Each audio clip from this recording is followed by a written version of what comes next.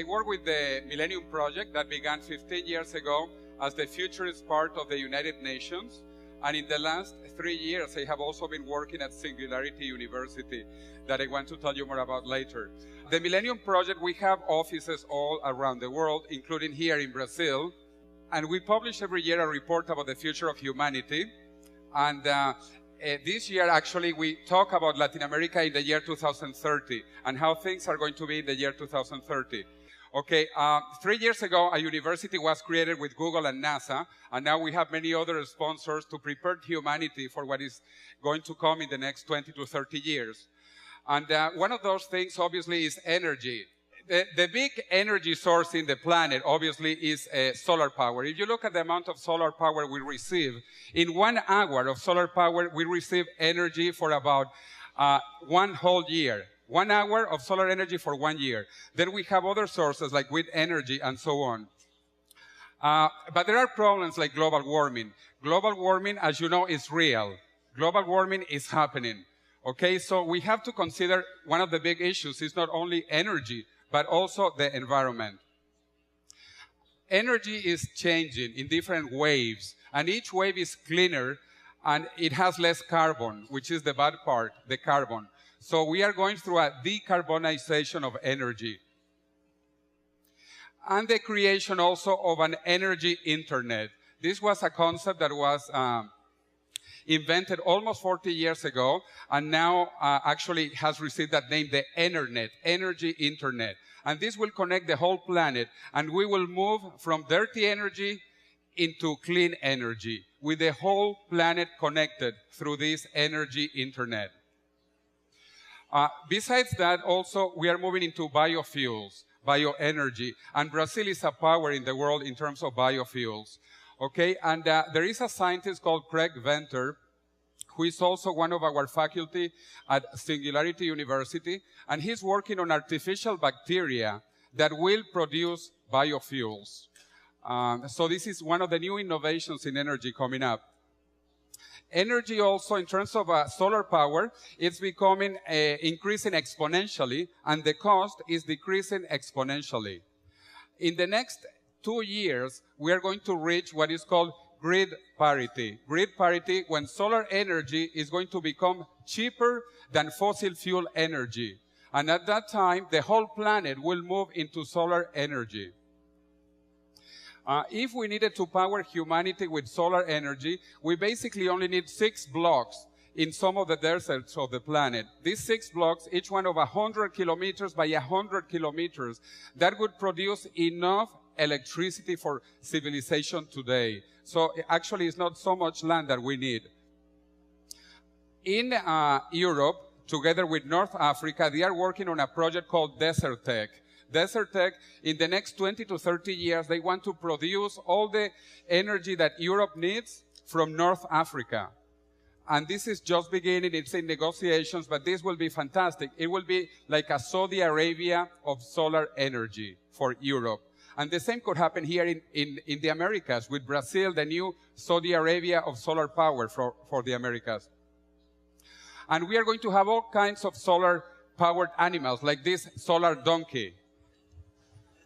And also a solar camel. Okay, there we have a solar camel.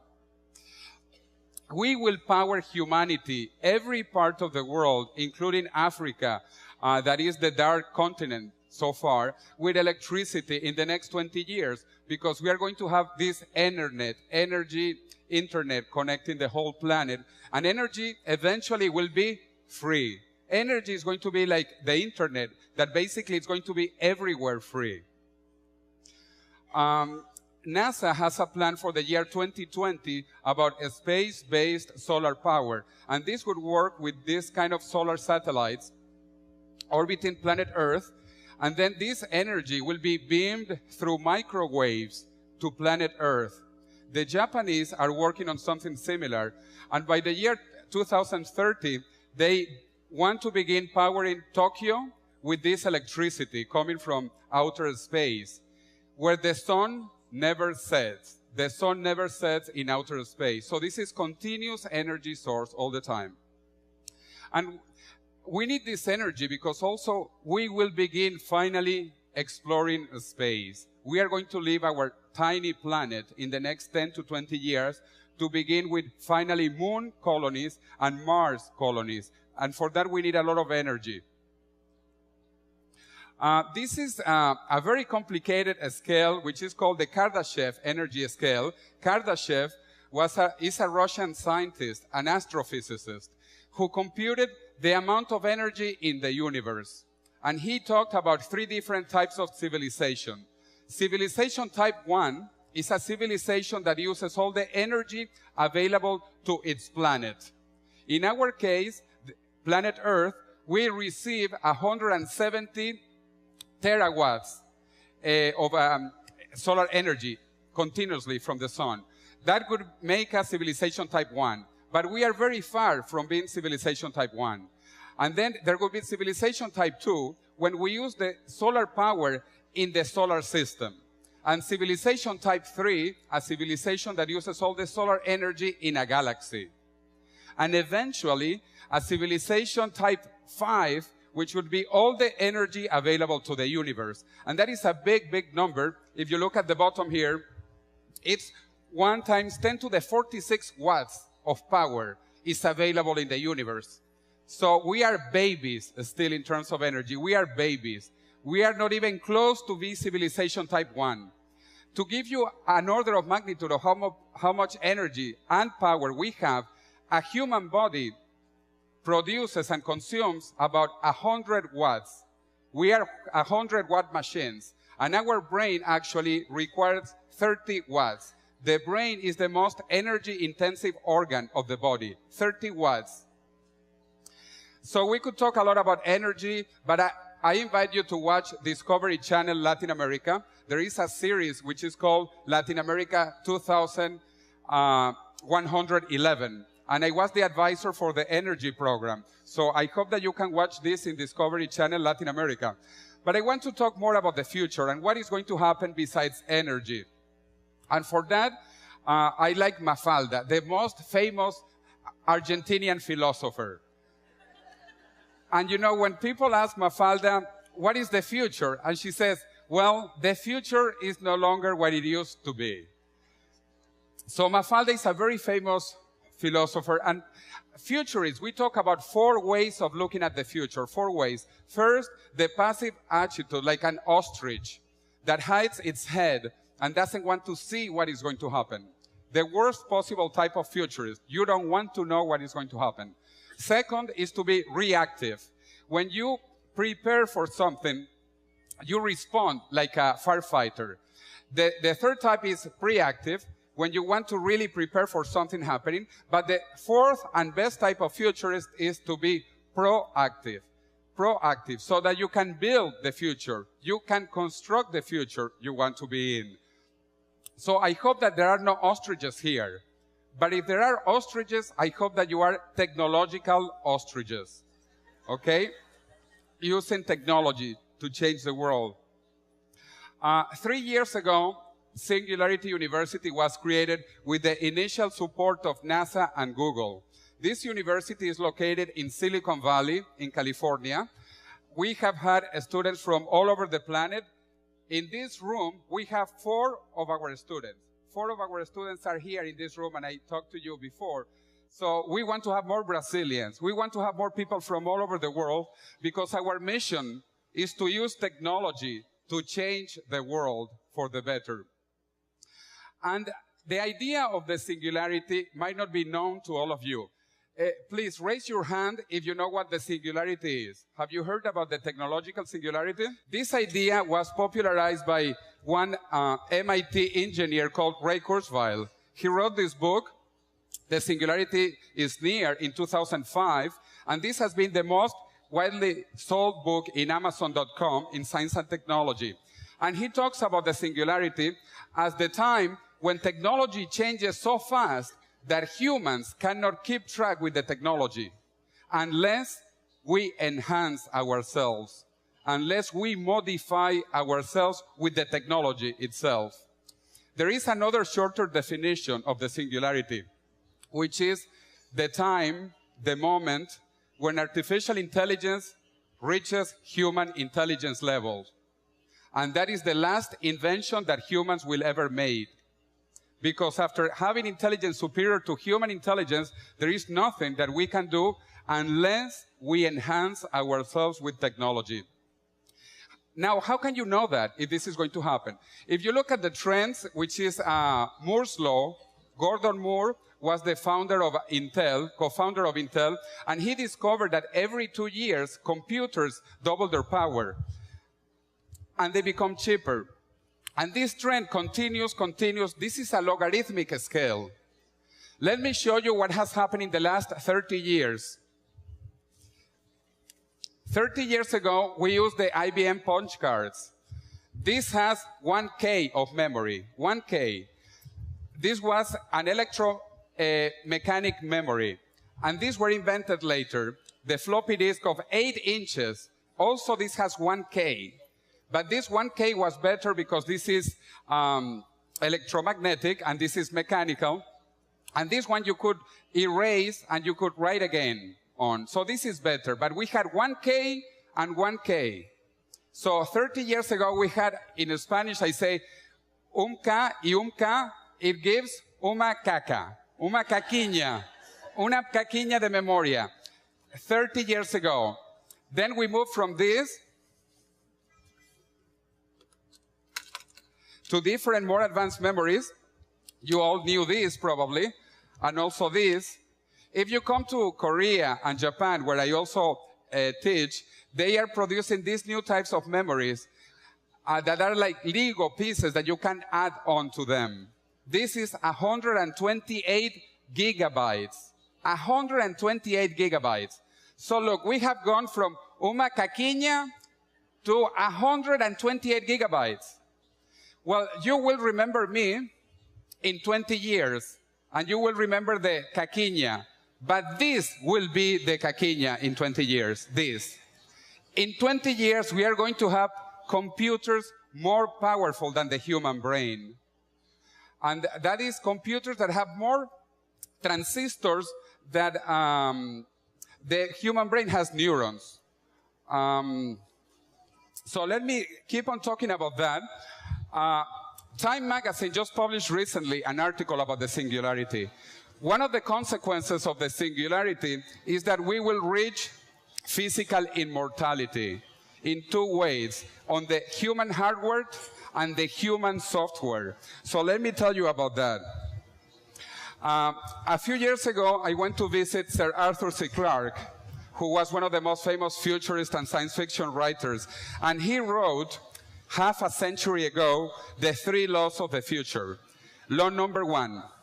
When a distinguished but elderly scientist states that something is possible, he is almost certainly right.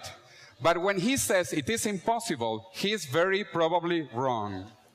Second law, the only way of discovering the limits of the possible is to venture a little way past them into the impossible. And the third law, any sufficiently advanced technology is indistinguishable from magic. This has a corollary. If you see something that does not look like magic, it's because it is not advanced. 30 years ago, we had no personal computers. 20 years ago, mobile phones were beginning. 10 years ago, Google was growing. What will happen in the next 10, 20, 30 years? Magical things. We are going to see magic technologies. We are going to have immortal cells. We will control the aging process. We will have free energy. Like free internet, we will have free energy. We will have space elevators. One of our professors at Singularity University, he's working on aging. And he says that aging is a disease, but it is a curable disease. We will cure aging in the next 20 to 30 years. Today, he created this prize, which is the Methuselah Mouse Prize, to have mouse that are going to live 1,000 years like Methuselah. And today, we have mouse that live 3 times their expected lifetimes. 3 times today. In the next 10 years, probably we will have one mouse that lives the equivalent of 1,000 human years. This is happening now. And with other species, we even have longer lifespans. The National Science Foundation talks about the 4 technologies of the future: nano, bio, info, cogno. Nanotechnology studies the atoms. Biotechnology, the living cells. Nano and bio are the hardware of life, the hardware of life. And info and cogno are the software of life, the software of life. Info studies the bits and cogno studies the neurons. So we have the hardware of life and the software of life. And everything is becoming mixed with virtual reality. Not just real reality, but virtual reality. This is my human genome. All of you will have sequenced your human genome in the next 10 years, and you will know which diseases you will have in the future. But the important thing is not to know which diseases you will have, but how to cure them, how to cure the diseases, how to prevent the diseases. You will know where your family comes from. This is my paternal line 500 years ago.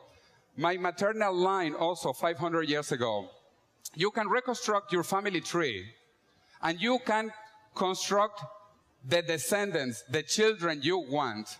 You will choose the genes you want for the future and create your own descendants.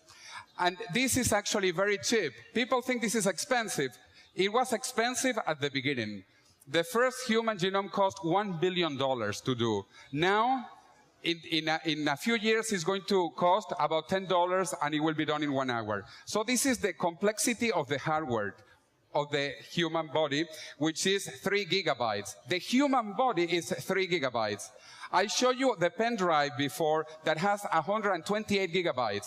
How many humans can I fit here? I can fit here 42 Brazilians and 1 Argentinian. And then we will have also the complexity of the software, which is the brain. What is the complexity? And the complexity, basically, in Japan, they're working on creating artificial brains in the year 2018. And what is a brain? A brain basically is a machine that computes 10 to the 17 operations per second. And this we will reach in the next 10 to 15 years. We will have machines with the computer processing of a brain. And we will mix with the machines. We will mix and we will create better brains than that. But we will mix with external brain implants. Computers are doing that already. We will interact with robots. These are the last 15 years of Asimov. Imagine the next 15 years of Asimov. And robots will have feelings. And they will be fantastic. Also for women, they will be fantastic. And they will not get tired. But robots in the West are bad. In Asia, they are good. They are actually good. We will merge with the machines. In the Olympic Games now, this is one of the athletes from South Africa who has no legs. We will cure all the diseases in the next 20 years, including all these horrible diseases, and eventually we will conquer aging. Aging will die. Death will die in the next 20 years. If you don't want to die. If you want to die, that's okay, you can die. But if you don't want to die, you will not have to die. This is called transhumanism, a philosophy about humans transcending our limitations, but carefully. Carefully. And so I just want to finish saying that there is always the dark side of the force. We have to be careful. These technologies can be used for bad things. So the world is one. We have to meditate. I do a lot of meditation.